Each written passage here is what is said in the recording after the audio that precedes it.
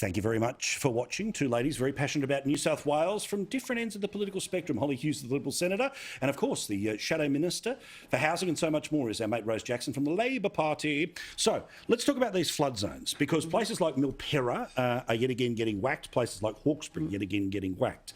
Now, when previously I talked about places like Lismore and, okay, look, maybe you need to make some changes, I remember running into a lady when I went to Lismore who wanted to rip my head off about the suggestion of you've got to move your house.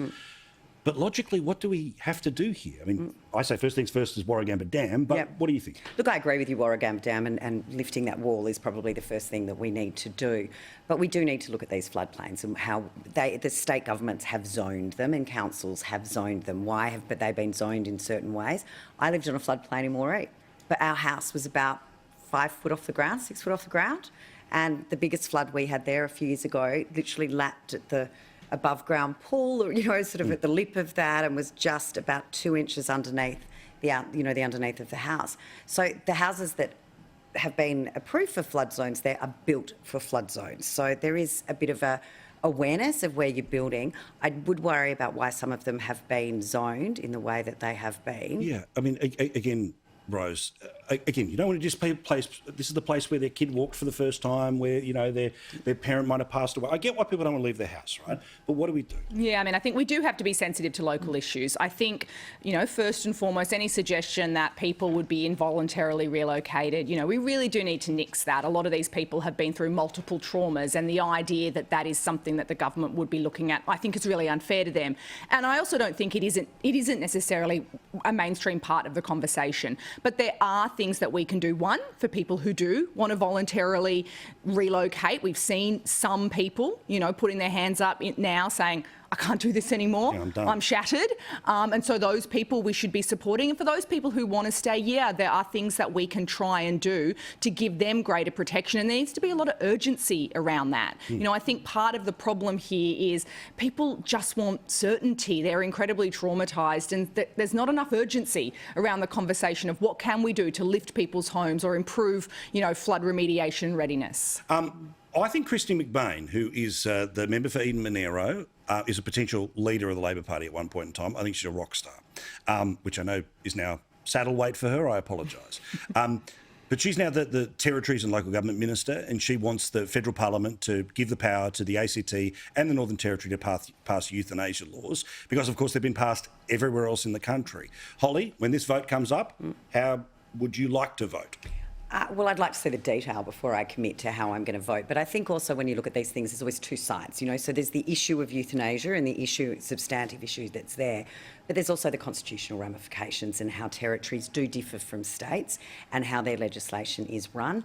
We know that territories aren't able to self-fund themselves, which is why they're still under that Commonwealth guise. So we do need to look at what the constitutionality of this is, not just the issue of euthanasia itself, because what's the next issue that then comes up on the table that they then want to override the Commonwealth on there. So I think the detail here is important. I love talking about housing issues, homelessness. There's a bloke in Wagga Wagga, perfect example about somebody who's apparently being moved on. Council's decided those who don't live in a house, living in a tent, time to move.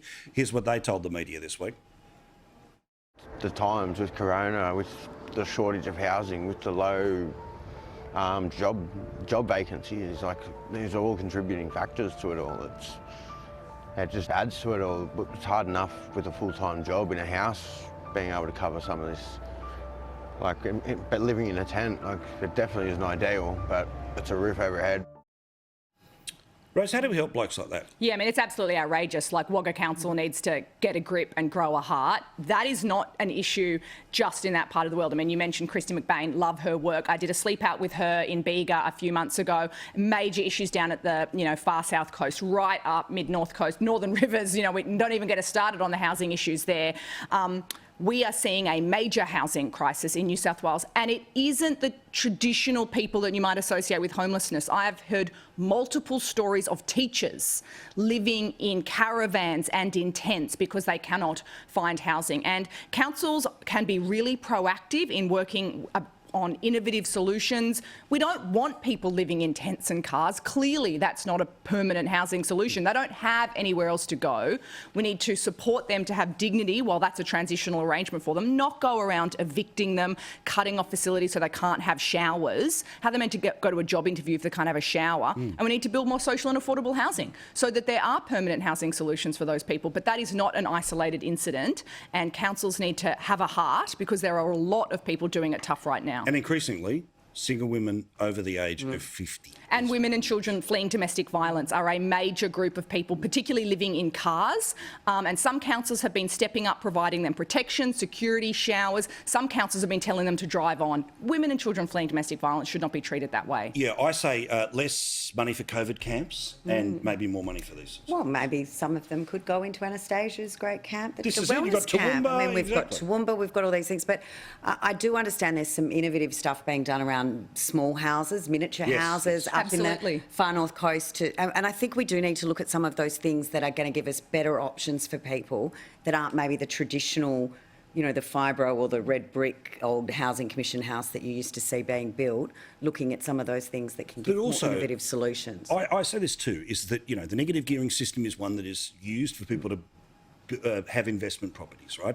If you could imagine if you could get double negative gearing if it was for social housing, right? Yeah. To put money into a new thing for social housing. Again, that's not a cost to budget, all the rest of it. It's something that can drive investment as well as just government spending.